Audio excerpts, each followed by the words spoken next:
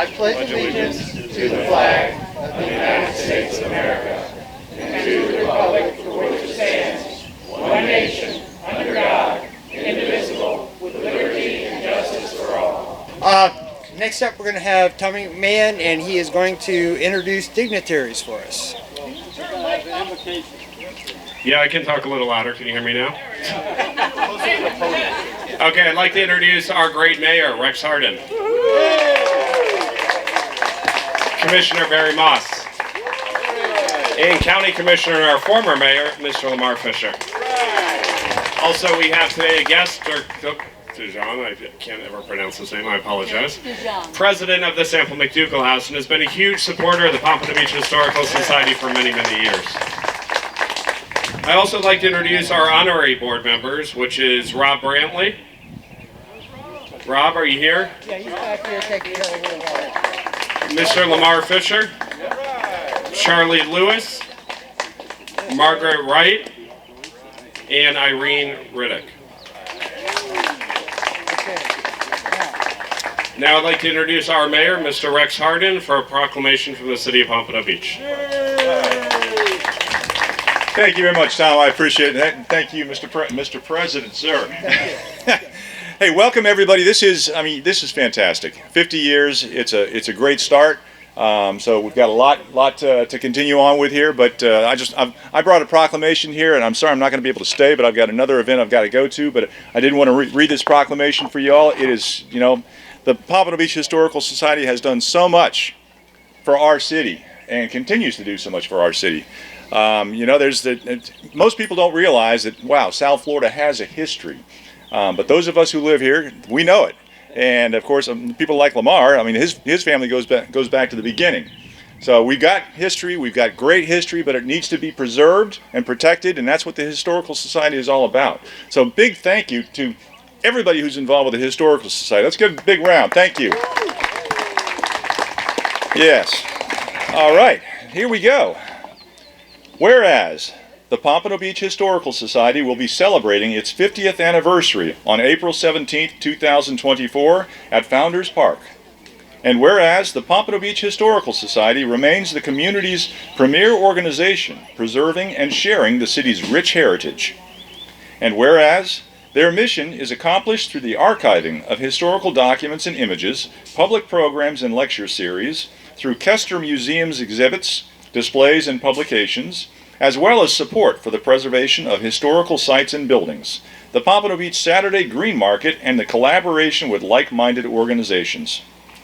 Whereas the Society offers noteworthy programming and facilities for individuals of all ages to provide a place for family-focused cultural enrichment, create and strengthen community identity, instill a sense of community pride and ownership, embody a unique sense of place, and preserve our collective memory. And whereas the Pompano Beach Historical Society has contributed much to the cultural life of this city, and history must be remembered by all, young and old alike. Now therefore I, Rex Harden, Mayor, on behalf of the entire City Commission and residents of Pompano Beach, Florida, do hereby congratulate and thank the Historic Preservation Society for all their efforts in putting this celebration together, and look forward to this historic event. We urge citizens to acknowledge the importance of our Historic Preservation Society and their dedication to preserve the history of Pompano Beach. Done this 9th day of April, 2024. Rex Harden, Mayor. Seriously, thank you so much to the Historical Society for what you guys do for our community. There's a lot of areas don't have historical societies, and it's important. People don't realize that you lose stuff. We lost stuff that people don't realize. And it's because we don't have folks who are focused on it. But with the Historical Society, we can keep the focus where it needs to belong, and that's on our history. Without our history, we forget too much about where we came from and what we have done in the past, and also some mistakes that we've made in the past. So it's important to remember all of those things as we go forward. So thank you so much. I appreciate it. Thank you.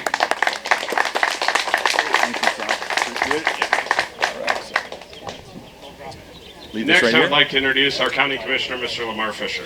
Right.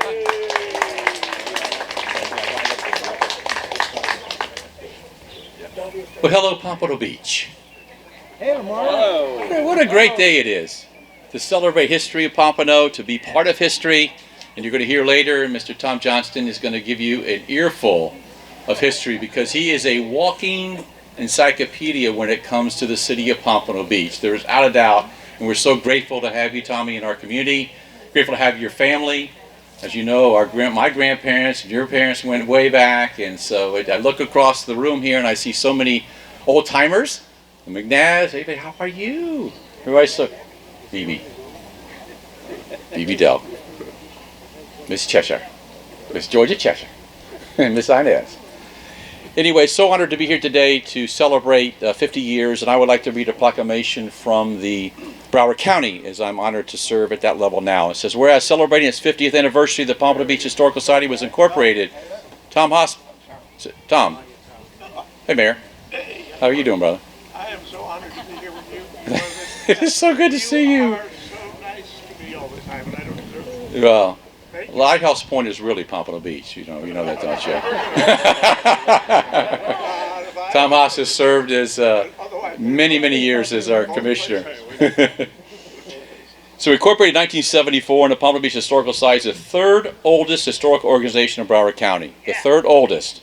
And was noted by TripAdvisor as the fourth best museum to visit in Broward County.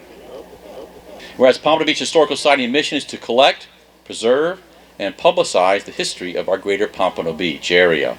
Whereas in 1974, the two historic 1937 Kester cottages were donated to the Pompano Beach Historical Society and are now located right here at Founders Park, where they serve as museums to preserve the history of Pompano Beach. Whereas also located in the park, the Pompano Beach Fire Museum, I saw Mr. Brantley here, thank you for him, was built in 1926 as Pompano Beach's first fire station, houses the first city fire truck, a 1926 American LaFrance. Whereas over the years, Dick and Miriam Hood, God rest their souls, were driving force behind many of the Society's main accomplishments, including the Hood Center, which is to my left, to acquaint the public of the area and highlight the future plans to revitalize the historic area. The Green Market was started in its 20th year. Remember cutting the ribbon, Dirk? Don't you remember that the first year? And it's been 20 years. God bless. Whereas in preparation for the Pompano Beach Centennial Celebration, the Pompano Beach Historical Society partnered with the City of Pompano Beach to form the Centennial Celebration Committee. And by the way, I served as mayor, and my man Jerry Bowman, I committed to him to be our chair, and he did a fantastic job for our Centennial Celebration. He did. Give him a hand. And he did indeed produce a spectacular celebration with many activities. And here was really cool. We named the city mascot Pompano Pete and published a special program magazine showing our historical photos. Whereas the present day Pompano Beach Historical Society features a monthly program of historic interest, is open to the public, and continues to have fundraisers, programs, and special projects to raise operational funding. Whereas thanks to the Pompano Beach Historical Society, you can step into the city's past and see how much has changed and grown. What is it, Commissioner? Change is going to happen what? The only thing that's inevitable is change. The only thing that's inevitable is change, that's correct. Whereas thanks to the Pompano Historical Society, we step into the past, like I said, now therefore be it proclaimed by the Broward County Board of County Commissioners that the board hereby designates Wednesday, April 17, 2024, as Pompano Beach Historical Society Day in Broward County in celebration of its 50th anniversary, signed by our current mayor, Nan Rich, this day, April 17th. So it's my honor to present this to you, Robbie, as the president, as this proclamation on behalf of Broward County, and it's just an honor to be here to celebrate history in Pompano Beach. We know something about that, right? We got a little bit of history, right? Thank you so much. God bless. Now it's my privilege to introduce Dirk. He's going to be representing State Rep Chip LaMarca that couldn't be here today, and he's going to read a proclamation from the state of Florida. Thank you, Tom.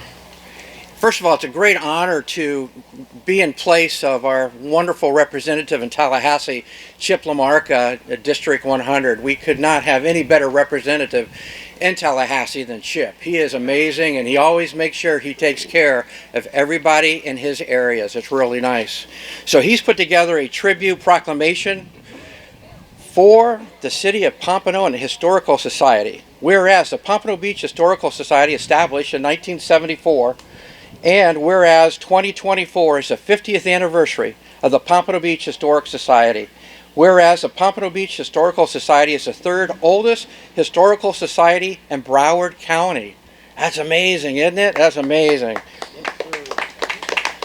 The Pompano Beach Historical Society has been involved in the historical preservation of the Pompano Beach community, and whereas the Pompano Beach Historical Society is open to the public for museum tours and research, whereas the Pompano Beach Historical Society in 2008 partnered with the city of Pompano Beach to celebrate the Centennial City. Museums now show the early pioneer history of the agricultural beginnings, and whereas the Pompano Beach Historical Society takes pride in the successful partnership with the city of Pompano Beach in preserving its unique and wonderful heritage. And whereas the Pompano Beach Historical Society offers bi-monthly bus tours in the partnership with the city of Pompano Beach, and whereas the Pompano Beach Historical Society offers the history of Pompano Beach for all to learn and explore, and takes pride in maintaining the heritage of Pompano Beach. And whereas the Pompano Beach Historical Society to be a landmark of Broward County, preserving the history of Pompano Beach for all, now therefore, be it respectfully proclaimed that Chip Lamarca, Representative, and the Florida House of Representatives hereby recognizes the Pompano Beach Historical Society as an important historical landmark in Broward County as it celebrates their 50th anniversary. How about a nice round for Chip in putting this together? Now we'd like to present this to Robbie. Congratulations. All right, thank you, Mr. Dirk. Good job. Thank you, thank you. Now I'd like to introduce Mr. Jerry Bowman, and also he deserves a big round of applause because this gentleman is the chairperson who put this event together and has been part of preserving our history since the beginning of the Pompano Beach Historical Society. Hey, Jerry.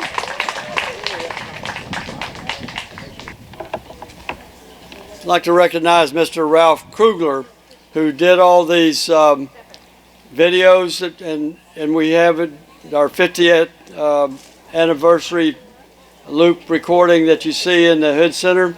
And if you haven't seen it, we invite you to come because it's really be a treat for you to see it.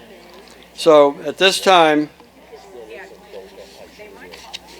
I'd like to introduce a friend whom I've known most all of his life, a man that never was a little boy. He's always a big fella. Tom Johnston, a lifetime resident of Pompano Beach. You want me to move the chair over there and have him sit video? Tom was raised across the street on the same street I live, and I've lived there 65 years. So Tom moved down the street. He's now about 4 blocks from me. On the other side. Long time. Tom Johnston. Yes. Thank you, Jerry Bowman.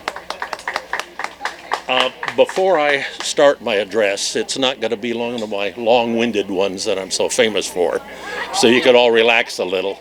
You might go a little bit closer. Yes. I was asked to come and speak tonight about the Historical Society, which is very dear to my heart, and somehow the word got out that I was going to talk about the history of Pompano, but we don't have many hours or many days. They limited me just to this wonderful organization who inculcates all of the history and families and lives that have lived here since approximately 1896. And it's been my pleasure over my 80 years here to have first-person experiences with many of the people who have made this organization possible and who have lived in this community and enriching it by their supporting of all the various institutions, including the Historical Society. It takes me a while to get up nowadays. This is the 11th anniversary of my double knee replacement, so they work good. They work good, and I know some of you in the audience have had that done as well. So let me start my little address here this evening, and I have tried to make it as accurate as I could, and I've previewed some of the comments with Jerry, and I still work every day. I just came here from the office, and although most of you drove, I had the pleasure of walking because I live at the corner of 3rd Street and 5th Avenue, and we've lived there for more than 50 years in that house. And I previously lived at 720 Northeast 3rd Street, right across the street from Dewan and Jerry, and right behind dear Miss Bibi Delk, okay, who I've known all my life, and who is a stalwart. I can't say enough good things about Bibi Delk and Jimmy and their lives, and Harvey and Georgia Cheshire and the imprint they made on me. And remember, when you talk about Georgia Cheshire, she was a collier. So we have a lot of colliers too, as was Mrs. McClellan, a collier. But anyway, good evening. Welcome to the 50th anniversary of the Pompano Beach Historical Society. I am proud and honored as its 4th and 5th president. And probably the reason I'm speaking tonight is 1 through 3 are probably deceased, okay? So you get this chance to speak tonight by default in any event, to be recalled back into service to speak with you this evening of this fine organization. I used to refer to the Pompano Beach Historical Society as the Pompano Beach Hysterical Society. And I'll tell you why, okay, as I go through my little address here. There's always been something that comes first, however. About 50 years before 1974, there was an organization formed by early residents, real pioneers of Pompano, called the 99ers Club. So we had a historical society that was not as formal as our current one, but it was made up of some of our early pioneers. Charter members of that organization were Betty Warren, Callie Johnson, Lucine Fox, later Lucine Fox Wright, Annabelle Chapman, E.E. Hardy, Roland Hardy, William Harry McNabb, and Robert A. McNabb. This organization meant to discuss preserving Pompano's past for future generations. Mrs. Callie Johnson and Miss Lucine Fox were sisters.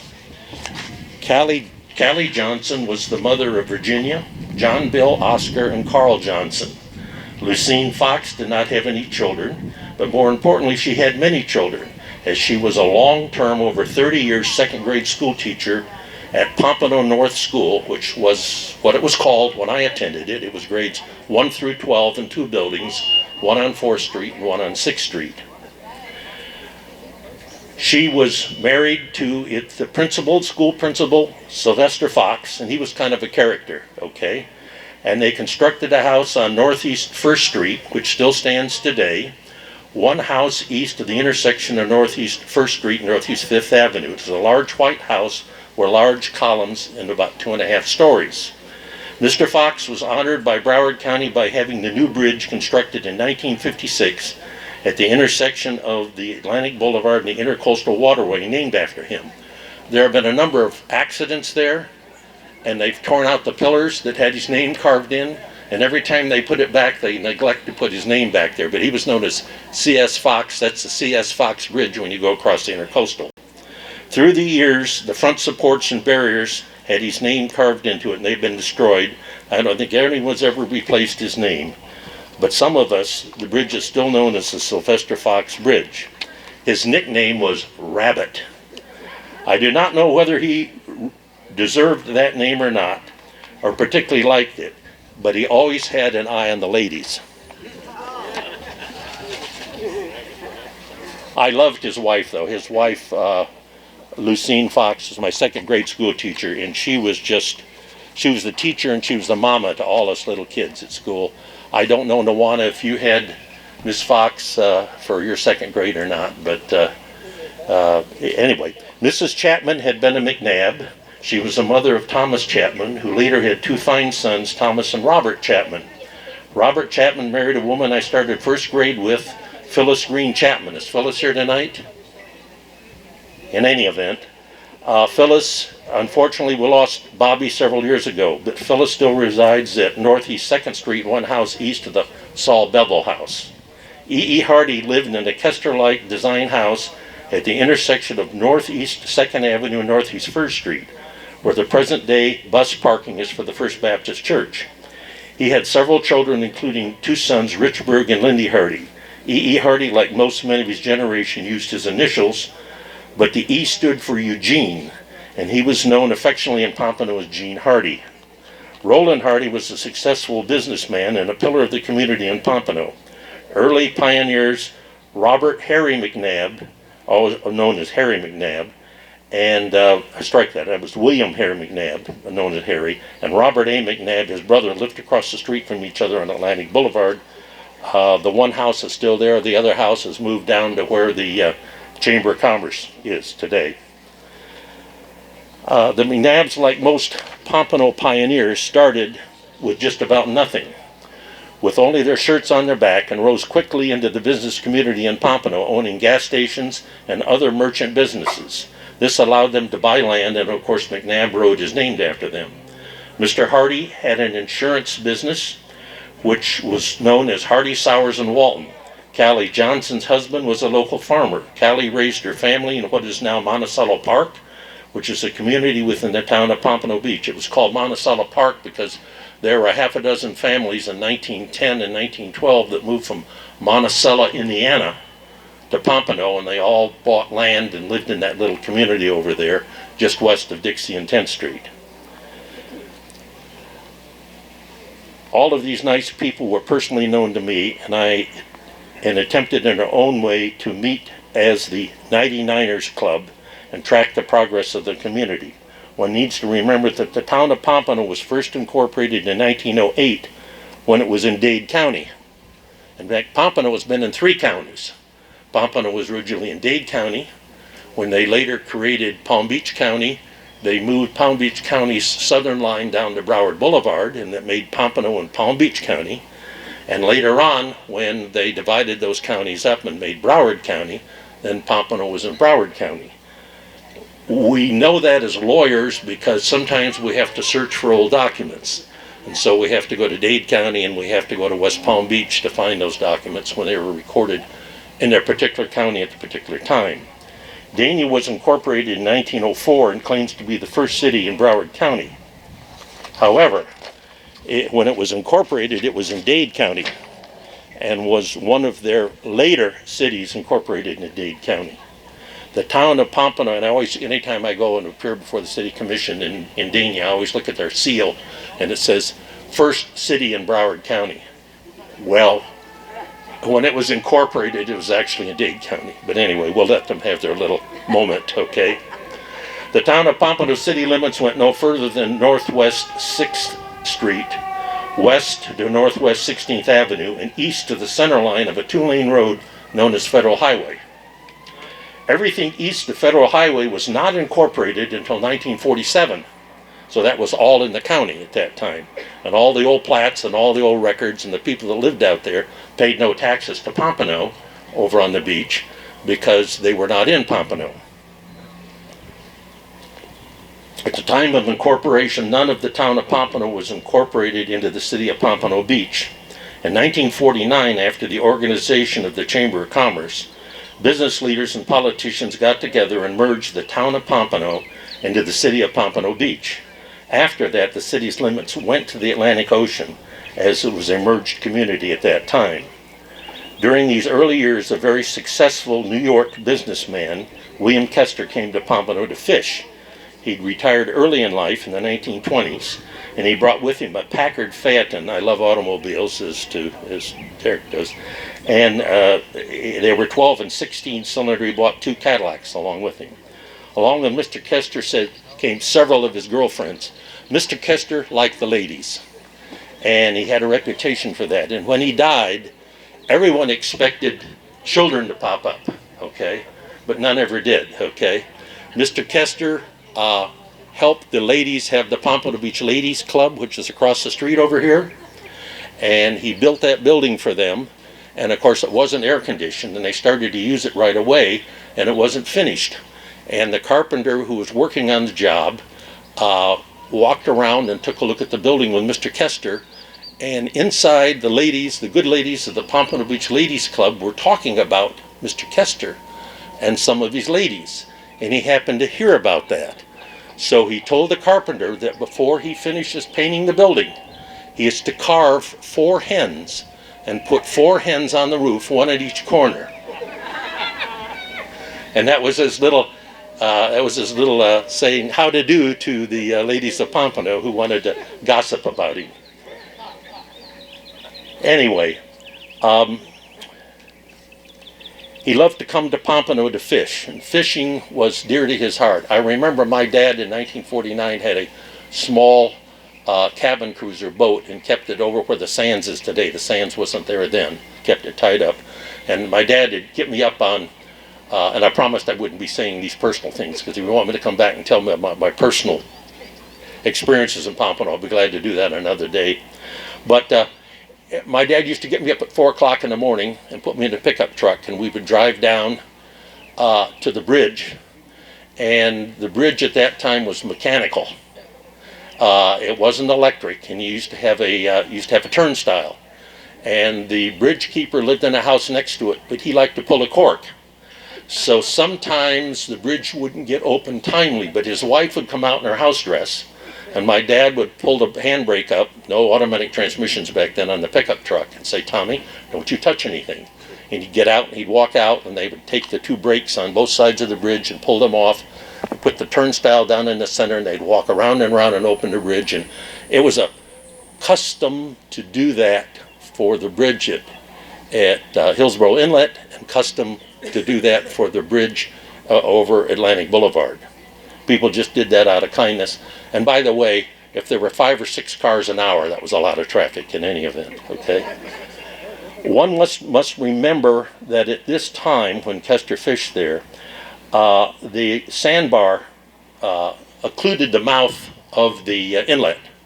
And so every day for about 45 minutes at low tide, there would be a sandbar. And this is how the barefoot mailman came down from Palm Beach with his mail, would wait till low tide, and would cross there. I will tell you one day about an experience I had with saltwater crocodiles, because we had lived at one point in the 1400 block of North A1A in a little white house, and I'll tell you some of my experiences going over to visit the Coast Guard guys at the lighthouse back in the late 40s.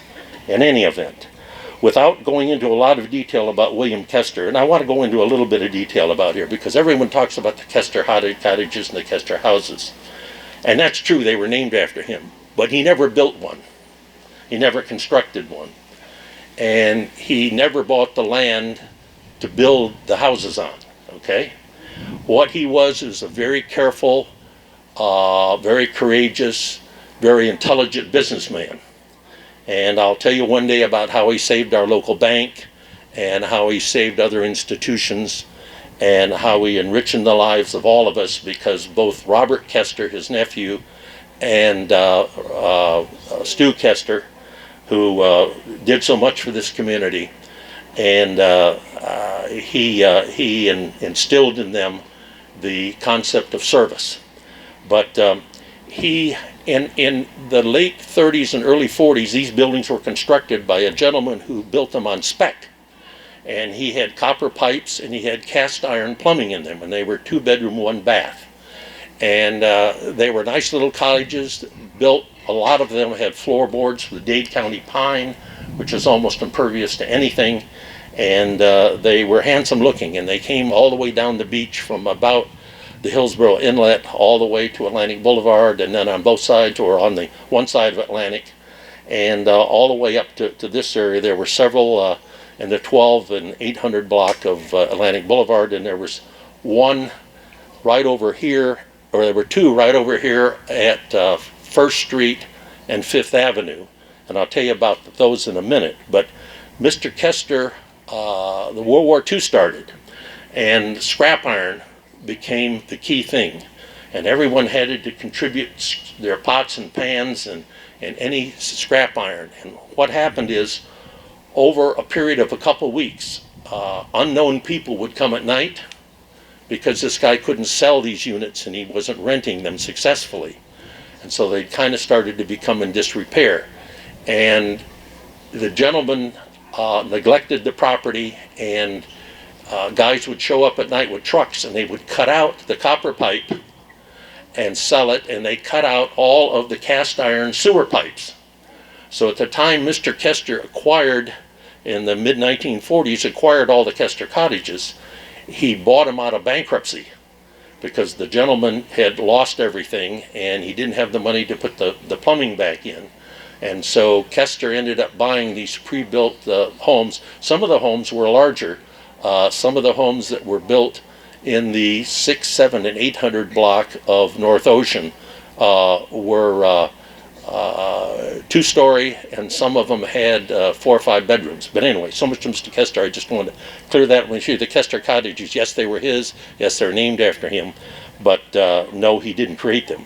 Without going into a lot of detail about William Kester and how he invested his money, and I'll do that sometime if you invite me back, and enrich the lives of the people in Pompano. Pompano Beach Historical Society was formed in 1974.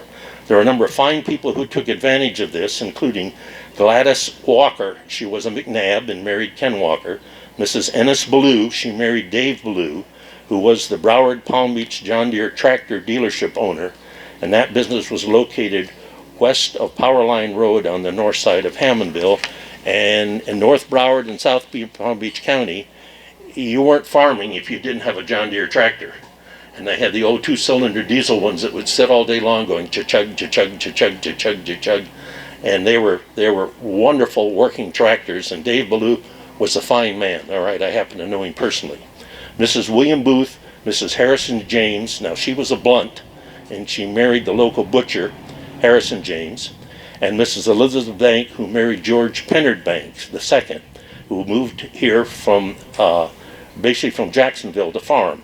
Mrs. Banks had 2 sons, George Pennard Banks III, known as Penny, and Gordon Banks. Gordon has now passed away, but Penny is still alive. He's well. I saw him last year. He's married. He lives in High Springs, Florida, and he is the director of housing inspection and code enforcement up in High Springs, Florida.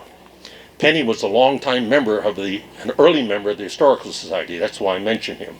The early club started with fundraisers, and the founders believed that the corporation was qualified as a corporation not for profit, and had been qualified by the IRS for nonprofit fund raising, and donations would be tax deductible. Both Robert and Stuart Kester, the heirs of William Kester, donated 2 Kester cottages, which are here on the grounds today, to the Historical Society, and they were originally erected over on the Pompano Canal, next to the R.V. Jones family located wash house known as the Helpy Selfie. Anybody remember the Helpy Selfie that was over there? Yes, Miss Beebe does. I see several hints. Anyway, that was the place to go to wash your clothes.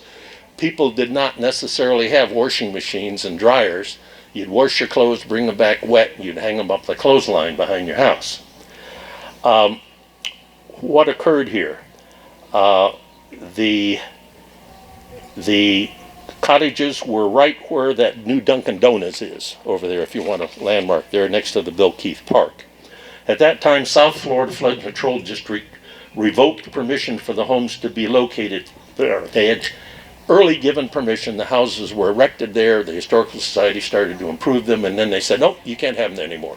It's too close to our canal, etc. Anyway, and so they had to be removed, and they were moved here to this place, which is the old Pompano Beach Waterworks station. Okay, behind me was the water tower, and it had a big siren on it. And during the 40s and early 50s, during the Cold War, they used to run that siren once a day just to make sure it works, to warn us that the Russians were coming. The Russians were coming, okay? At least that's what they wanted us to think. I don't think any Russians ever came. Well, one did. A guy moved down from New York, a businessman, bought the local Ford dealership, which was Pompano Ford, and moved it over to Federal Highway, and he was going to call it Tereshchenko Ford, because his name was Tereshchenko. And he had a very fine lawyer who was Robert Zimmerman, and I know Bob Zimmerman during his lifetime, and Bob says, you'll never make a go of it here in Pompano with a name like Tereshchenko. It's too Russian. So he changed his name to Terry, and it became Terry Ford, okay? Anyway, this area was designated as a park, and is known as Pioneer Park today, where the houses currently sit. The initial going was tough. My first contact with the society was when I was asked to join and help with the early fundraising. My office at that point was in the Clay Building, named after Clay Kester, 1201 East Atlantic Boulevard, and Robert and Stuart Kester had their offices on the 2nd floor, and they named the building after the late Uncle Clay. Within a year of the organization being incorporated, I was visited by the original incorporators with Mrs. Gladys Walker, who urgently one day needed to speak with me. They were contrite and embarrassed by what they had to share with me. They had been hoodwinked. Now, these were our founders of this organization, okay? And this is why I called it the Hysterical Society, because when they came to see me, they were hysterical, okay? And I'll tell you why, and they had good reason to be, okay? They had gone to a lawyer by the name of Lowry Davis to do their corporation and accounting work, and he had recently partnered with long-term, 34-year Attorney General of the state of Florida, Earl Faircloth, one of the most decent and fine men going. How he ever hooked up with Lowry Davis, I don't know. They were both in their 60s. But they came to Pompano from Tallahassee. Firm came to Pompano, located themselves in, at that time, the new 950 building on Federal Highway, and called themselves Faircloth and Davis. So who wouldn't want the Historical Society to be incorporated by the former Attorney General, the most honest man in the state of Florida, Mr. Faircloth? But he gave the job to his partner, Davis. As it turned out, the organization was very successful in obtaining donations.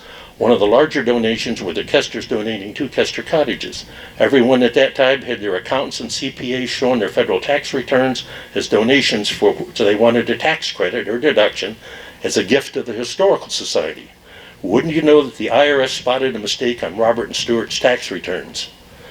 When they put their tax returns in, the employer's ID number of the Pompano Beach Historical Society. The trouble was that number that was given to the organization by its incorporator, Attorney Lowry Davis, wasn't any good. Unfortunately, that number turned out to be the telephone number of the IRS office in Jacksonville, Florida. And that's why the ladies were hysterical when they came to see me, okay? Because they had all this egg on their face. Everyone that had given donations for the first 2 years got their tax returns audited.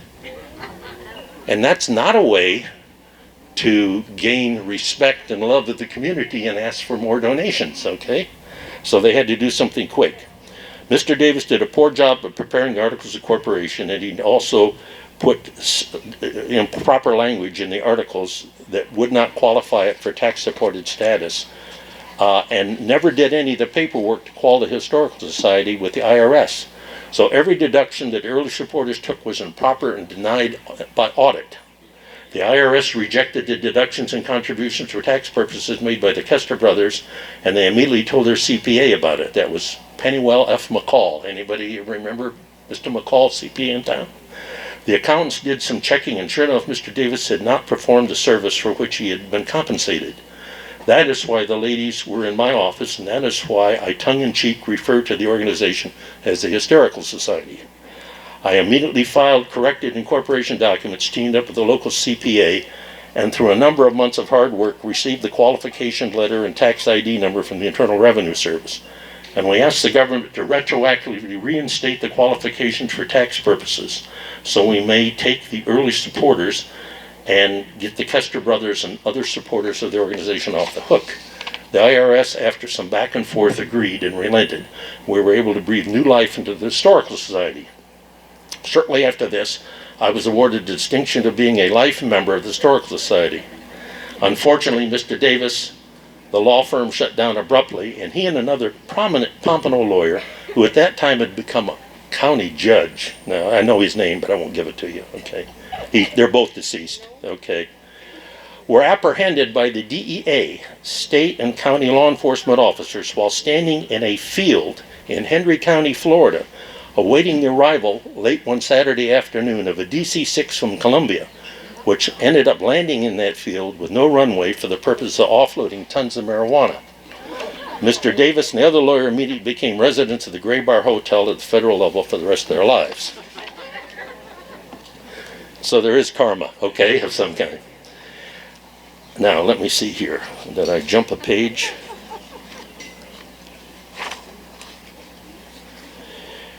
After that, the organization turned to serious fundraising and relied heavily upon a local antique dealer, Henrietta McClellan.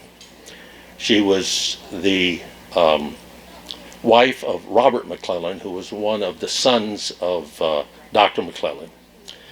And that was Dr. and Mrs. Sterling McClellan. Remember, she was a collier, and she was the sister of Georgia Cheshire, who was the wonderful mother of Miss Beebe and Miss Nawano.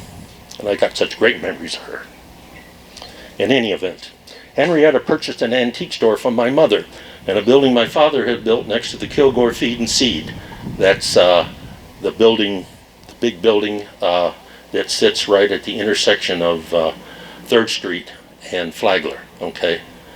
It was Ward's City at one point, okay? But it used to be Kilgore Feed and Seed. The farm trucks used to back up there and used to offload hay and feed for cattle. They used to offload seed and fertilizer for the farmers. It was land that had been previously owned by Dr. McClellan. It was a white structure with, this is what my dad built, with 2 apartments upstairs and 2 businesses downstairs. My father ran his construction company out of one side, and my mother had her antique store, Yesteryear Antiques, out of the other side. When she decided to go back to teaching, she sold her business to Henrietta. Henrietta grabbed the bull by the horns and started to organize antique shows. And she was the tour de force. That woman had more energy than any 2 women I've ever met. She was so dedicated to this organization and loved the Historical Society and was, for a number of years, the chief fundraiser, okay? Pompano only had one building, which is now the Olson Center, but at that time was called the Pompano Recreation Center, and had a stage, side rooms, and several large rooms.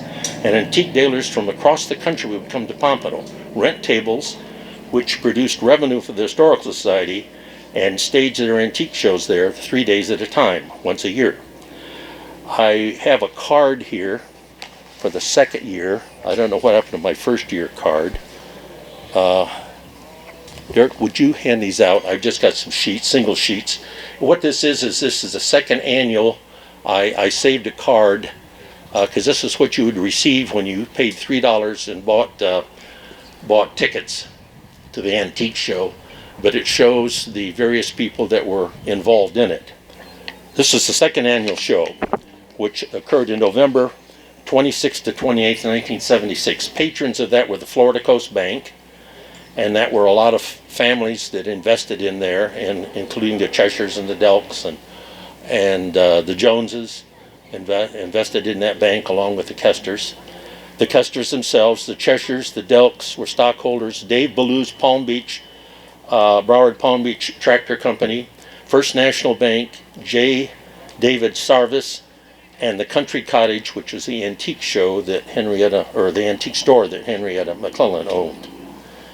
A check on the committees would show that Henrietta as chairman, Mrs. Harry J. Austin as the door chairman. Mrs. Austin married Pete Austin, who was a son of Frank Austin. And Frank Austin was the guy who would sell you hampers and boxes for your beans and your eggplant and your squash and your produce.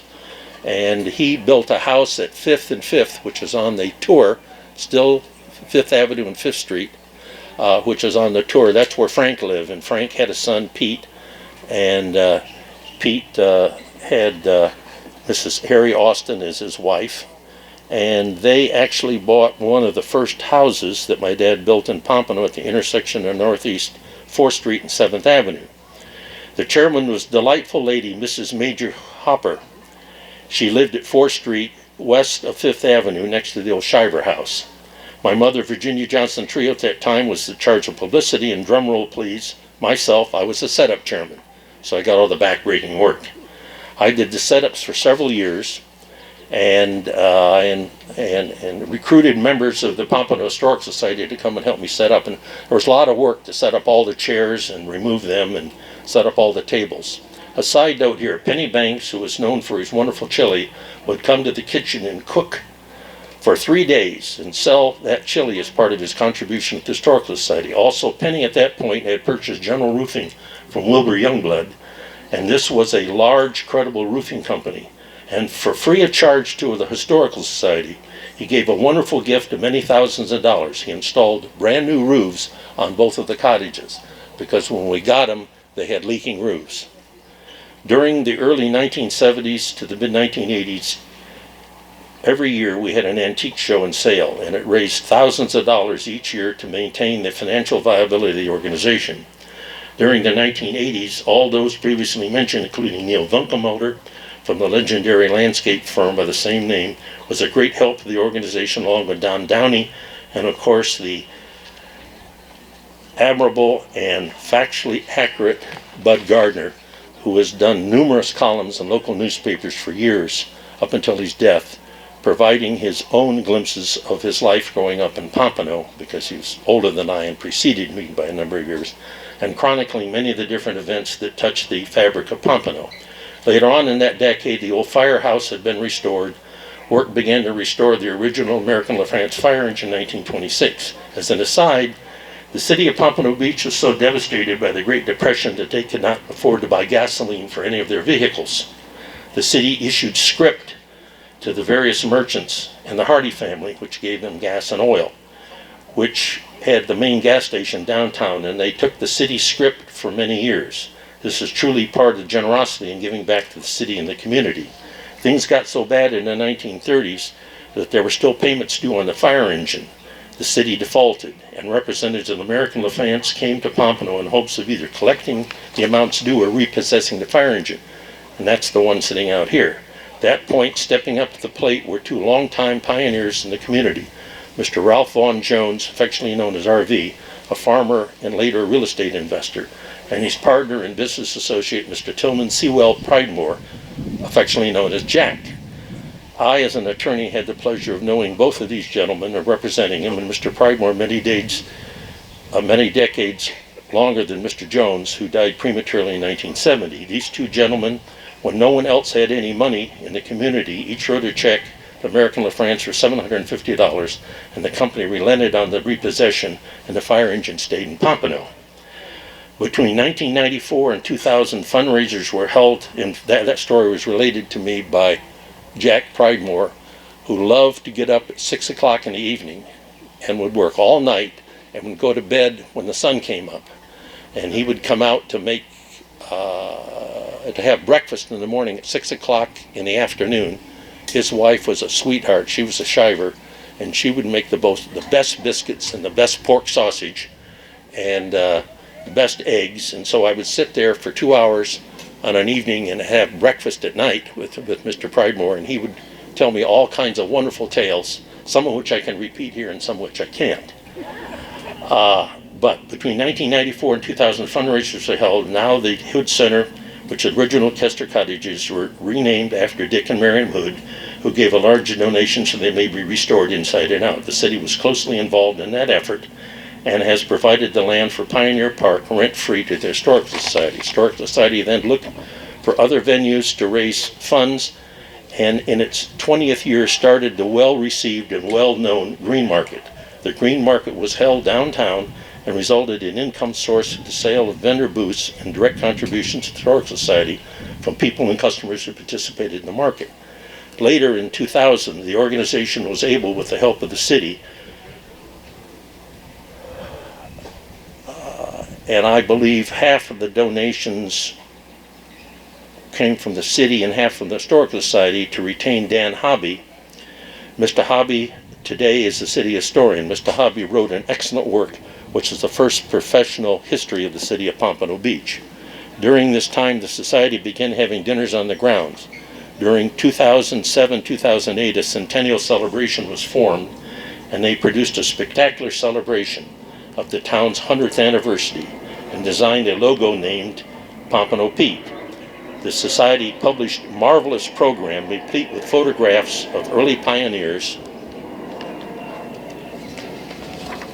and structures and celebration. That volume was entitled Pompano Beach Centennial Journaling. It was 100 pages in length and black and white and color photographs of the community and early pioneers. This was a group effort of the membership and special committee of the Historical Society, and in part sponsored by the city with the leadership and direction of Dan Hobby, the local historian, and of course the inimitable Jerry Bowman. His book, Pompano Beach, A History of Pioneers and Progress, is a great value at $30, and I would encourage you to either buy it or get it because it's at our local library over here. During these years, Society created an oral and video history, which is available on Society's website. Present-day operations include strategic planning in partnership with the city, archiving historical items, documents, and photos. The museum and Founders Park depicts early living, farming life, and life in a Kester cottage. In these early days, There were dozens of cottages spread throughout town and on the beach. Pat Rowley has been the executive director since 2017, and she organizes a monthly presentation of historical interest free to the public. The Society also features historical site tours, publishes oral histories by the pioneer authors, has fundraisers, and programs to raise operational funding and to promote special projects. Memberships are available at only $30 a year. We thank you very much for your continued support of the Pompano Beach Historical Society. In closing this talk on the 50th anniversary of the history of the Historical Society, I would like to take a personal mention and mention three specific people who have been important during my lifetime, almost 80 years I've lived here in the city. I can name many people who are deserving of much recognition, much more than my contributions to the society. Society paid me the respect when they allowed me to, when they located the plow on the grounds of Pioneer Park, and there are 4 separate brass plaques attached to the base, minus the 4th one, which commemorates my 2 years of service as Society President. However, this discussion is not about me and is about all the other people who made great contributions to keep the organization going for half a century. The 3 that stick out in my mind, and these are just my mind, okay, and I don't want to leave anybody out, there would be 50 or 60 people, but anyway, the 3 that stick out in my mind are Jerry Bowman, Mrs. Shirley Ferris, R.V. Jones's daughter, and Mr. Pete Williams, who, like myself, grew up in Pompano. Each of these people continuously over the years contributed hundreds of dollars of donations, their time and presence, their leadership as presidents and supporters of this fine organization. Without the help of these 3 and others like them, this organization would not have endured for 50 years. I once again thank you for allowing me to make this presentation. I would be very happy to return as a guest speaker on other occasions, if you have patience. And I promise this is a short address of mine, okay? And contributed their lifestyles and the fondness for my city of Pompano Beach. As a personal note, both my grandparents lived in Pompano. My mother's parents owned several homes in Pompano, and my parents were leaders in the community. My father was the founding president of the PTA, the elementary school, served as the commissioner and mayor of this city.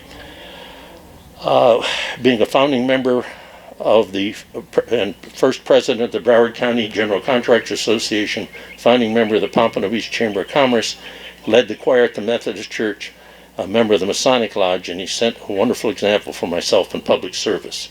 I've had the pleasure of serving a number of city boards through the years, the 70s and 80s, and have been a former police officer in this community, and I attended Broward Community College and FAU, and I've run a business on Atlantic Boulevard over 55 years.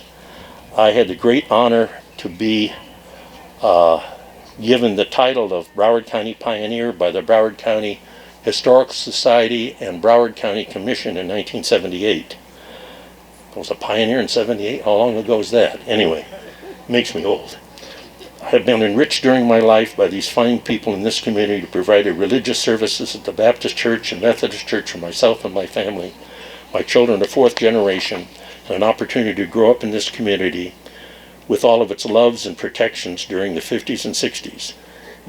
There are countless people who have made an impact on my life, and I'm forever grateful to them. Thank you.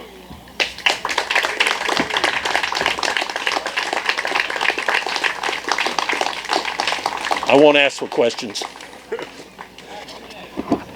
Let's give it up for Tom one more time. Thank you.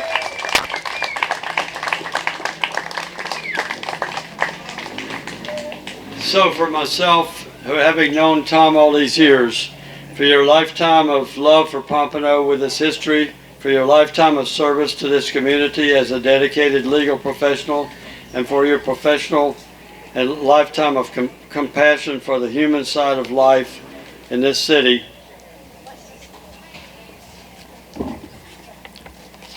We'd like to recognize your life membership in the Pompano Beach Historical Society, and that has been over the years for your legal expertise in reincorporating the organization that we celebrate for 50 years today, and your phenomenal memory of events and people over the years. Tom, I think you're the most unique person that I know, and I'd like to present you with a gift tonight of that little bag right there. that includes a book written by Garner. Okay. His latest little book. Good, good, good. Thank you, Mr. Bowman. I appreciate it. Jerry has been one of my most wonderful friends for many, many years. I remember when he and Nawana got married, and I remember when they bought the house across the street where I used to live on 3rd Street from the Corson family. And it was wonderful to have Jerry as a neighbor all these years across the street and then just down the street. He's fundamentally one of the finest people that you'll ever know in your life. Thank you. And I didn't pay him a dime for Oh, that. he did. Thank you. Thank you. Thank you so much.